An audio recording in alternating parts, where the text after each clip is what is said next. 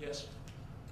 So obviously the types of changes to respond, the many different ways and levels and scales we need to make changes to deal with this problem is enormous. And I'm wondering how you feel about how well equipped the current system of global capitalism is to make room for those types of changes, or are there inherent flaws to such a system that we have to actually be talking about that word that is so rarely talked about in this country? It's assumed and taken for granted as normal, whereas if you turn on the BBC or something on a daily basis, you'll at least hear this free market capitalism and at least some critique of it. Yep. Is this system? This goes right to this question. Look, on the one hand, we're clearly not going to, in relevant time frames, change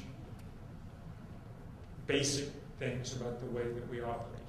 Okay, it's if we have to wait for a complete realignment of our economic set of ideas, or if we have to wait for a complete new spirituality to descend upon us and replace the ones that we have or whatever, well, it's not going to happen in time to deal with the problem that we have. To one degree or another, we've got to make use of the systems that we have, including market capitalism. We saw, one of the advantages we have at the moment is that, we don't have to waste time like we would have if we were having this discussion 40 years ago in wondering whether or not one of the viable alternatives to this might be a centrally planned economy. The last century was an experiment in finding out that those were ruinous both in human and environmental ways.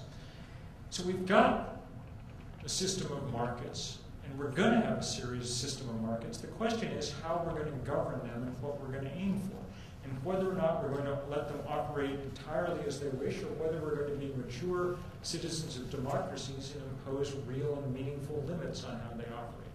And there are both short-term and long-term limits that I think are really important. The short-term one, the most important thing that we can do, all this talk about 80% by 2050 and stuff, is nothing more or less than an attempt to introduce a price onto carbon, okay?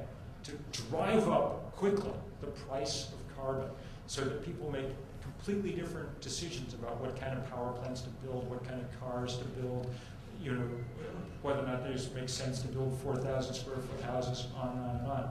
We got to give the markets information to work with, which they've never had in the case of carbon.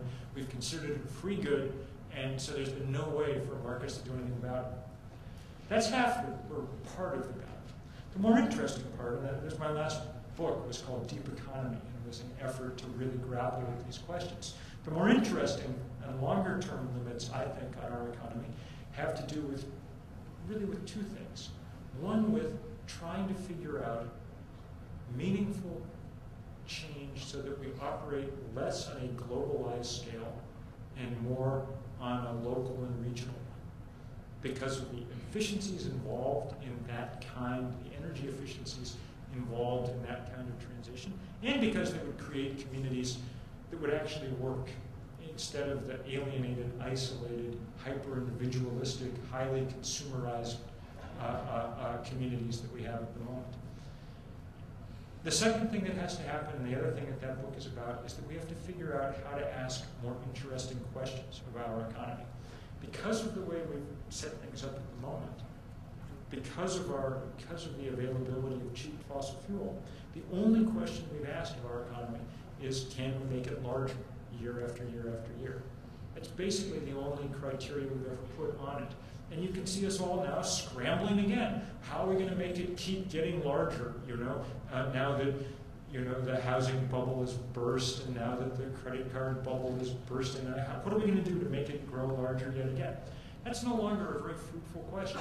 We got to ask at least two tougher questions. And economists have to go back to work and figure out how we have economies that make life more durable, so that we can continue doing this for a long time into the future, and how we make life more satisfying, so that instead of endlessly rushing after consumer goods, which by now all the statistical evidence would indicate doesn't make us particularly happy anymore, we actually figure out how to build societies that do. And again, I think these are going to be much smaller in scale and much more locally oriented.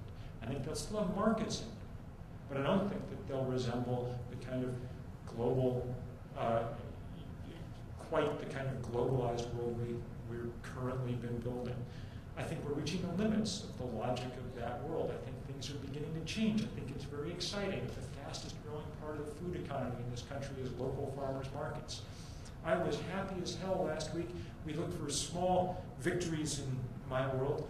In Middlebury, we managed to drive off Starbucks, who would announced that they were going to open one in Middlebury. We put up a big fight, and they said, okay, we're not coming after all.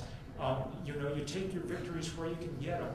But that kind of thing to me is a cheerful sign that people are beginning to realize that the future doesn't need to look like the present, that it can look much more livable, much more human than the kind of economy we've built so far. Maybe that's as good a place to end as any, and to say thank you, and to say have a very good time with this over the next few days, and I'll very much look forward to working with you guys going forward on this movement, in this movement, as we make real change. Thank you.